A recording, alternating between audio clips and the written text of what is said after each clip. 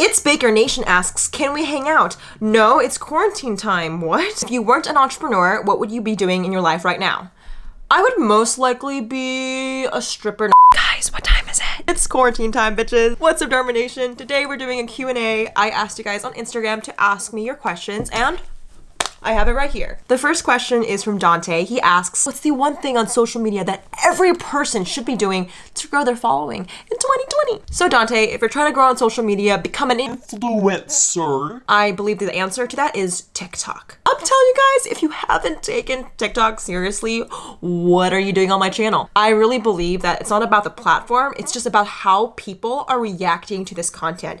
TikTok is the only way you can legitimately get people to care and trust you in 15 seconds. Because here's the thing, if you're someone that makes content on Instagram or you make YouTube videos, it is a big commitment to get a stranger to read your paragraph caption on Instagram or your 10-minute video on YouTube, right? Like, I'm sorry, but I follow a ton of people that write paragraphs and I'm like, Yolanda, I don't care. Like, I literally don't know who you are.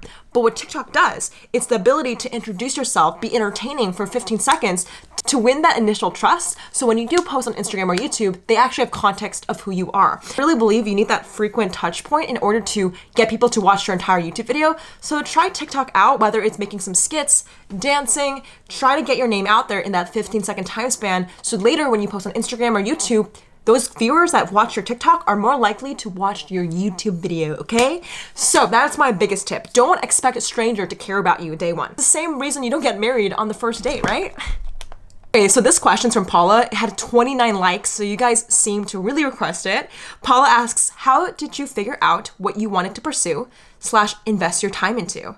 How did you align it to make money? I started YouTube when I was 9 years old. I'm 18 and I do have a full-time business. So I make videos, content marketing for my living. And I did have to say at a very young age, I figured out that I like making videos. I could be totally wrong, but even if I had 1 subscriber on this channel, by the way, thank you guys so much for 300,000 on the Darmanation. But even if I did only have 1 or 0 subscribers, I would still make videos because I genuinely love it. Like, you can tell that through the psychopathicness of my voice, like, I just am obsessed with storytelling and making content. Like, it's so fun. It's just fun. It makes me happy.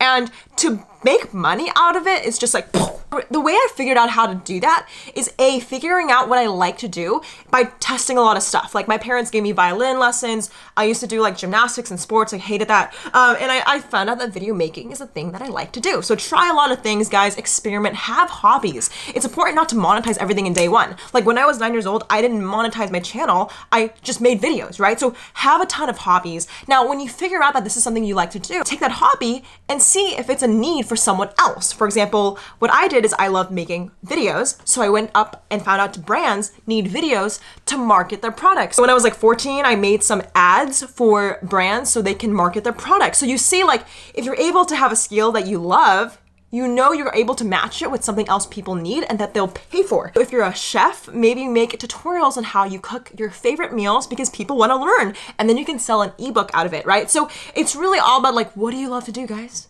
Because I'm tired of seeing people just make videos for money. Like, where's the passion? Where's the love? Okay, I had way too much caffeine today. I'm sorry. Okay, by the way, shout out to Emily who literally commented on Paula's question, my answer. Like, you guys know me so well. I love you. I should probably wash my hands now because coronavirus. Trevor asks, how do you balance hustle and patience? Okay, so I'm not the best at it. I'm 18, so like I am very impatient. Like, I want shit done right now. I do have to say, the quote I live by is, you can overestimate what you do in 1 day, but underestimate what you do in 1 year. So be like short-term, I guess, like hustle-minded when you're working in the day, but have a long-term goal and patience for the end result. So what that means is you gotta work your ass off, but also be patient in the long-term result. I don't know, that's my take on it. I'm not the best at it, to be honest. Comment below if you have any tips for balancing hustle and patience. Maybe I need to talk to Gary Vee about this. Allison asks, if you weren't an entrepreneur, what would you be doing in your life right now? I would most likely be a stripper. No, I'm joking. I would be an actor. I like talking. I would probably also do Uber Eats, Instacart. I would just do a lot of hustles. Like, I'm a pretty random person, if you can't tell. Like, I picked up surfing. Oh wait, no. If I weren't an entrepreneur, I would be a pro surfer. That's what I would be. So Insta of Seb asks, how do you grow your following but stay authentic at the same time? Honestly, it's just like I grow my following by buying all my followers on Instagram, and I go on a sketchy website on YouTube to buy my subscribers. It's really simple. And yeah, that's really it. So thanks for watching, guys.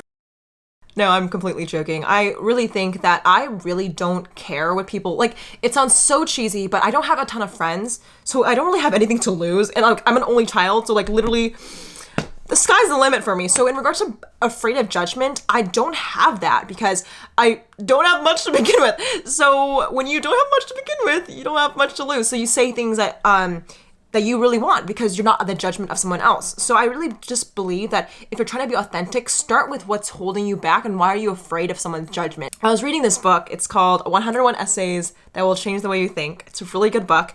And a lot of the times your thoughts are not your thoughts. It's maybe your parents or someone that told you something, but you identify that as yourself. And then that's where you can get negative self-talk. So in order to lose that or try your best to combat it, just understand that like, where does that come from? Where does your fear of judgment come from? And once you like actually locate it and pin it down, you realize that it's actually not that scary. I have this series called Facing Fear on my YouTube channel. And if you guys want to see me face my greatest fear of drowning, check it out. I think a lot of you guys have maybe fears also of getting judgment or failing. And I think you guys should face it head on. So I'll link below that series if you want to watch it later below. Because since we're all in quarantine, I don't even know what you guys are doing. Actually, my question for you guys is what are you doing right now during quarantine? I'm genuinely curious. Comment below. So editorial Brissus asks 3 things you like to do.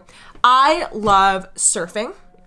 I love matcha, and I love scripting movies and writing scripts. Like I love storytelling. So those are my 3 top things. It's Baker Nation asks, can we hang out? No, it's quarantine time. What? Can you teach me how to renegade? Yes.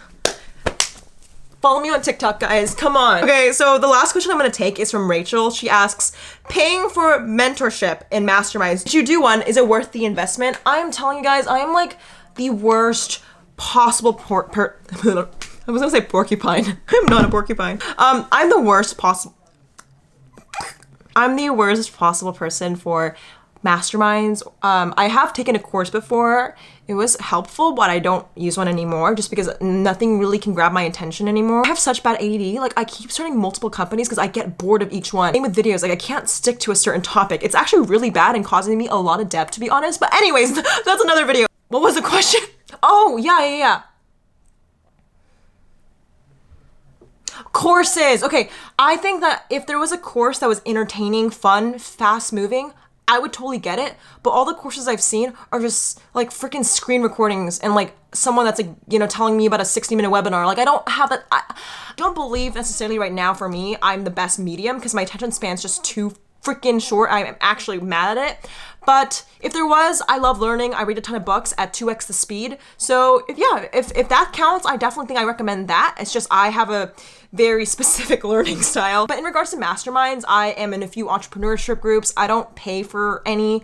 I think that I just haven't found anything that was genuine. I do have a mentor who's also my business partner. So I do believe in mentorship. I just don't know if I'm the best person to ask because I have the shortest attention span and I'm very skeptical of paid mastermind groups. Grace asks, can you please do a push-up tutorial? Guys, follow me on Instagram if you haven't already. I've been doing push-ups every day because I couldn't do one before. So go do a push-up with me. I'll teach you guys my daily morning routine, show you guys what's up. So follow me on Instagram, Darmanation, because that's where we can hang out, and follow me on TikTok. All right, here's the violin video that no one asked for. So this is Don't Stop Now by Dua Lipa. Let's go.